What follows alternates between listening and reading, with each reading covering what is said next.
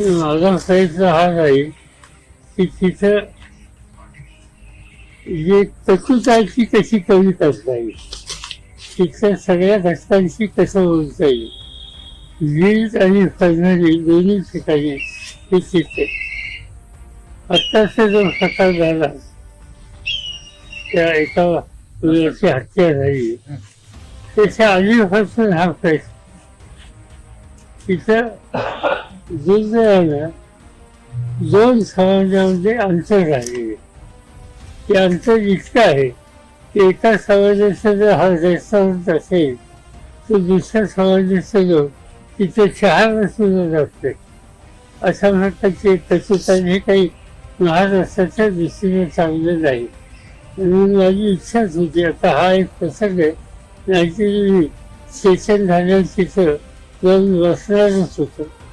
लोकांच्या एकवाटता कशी करता येईल, समज गैरसमज कसे घालवता येतील आणि त्यासाठी प्रयत्न करावेत ही अपेक्षा.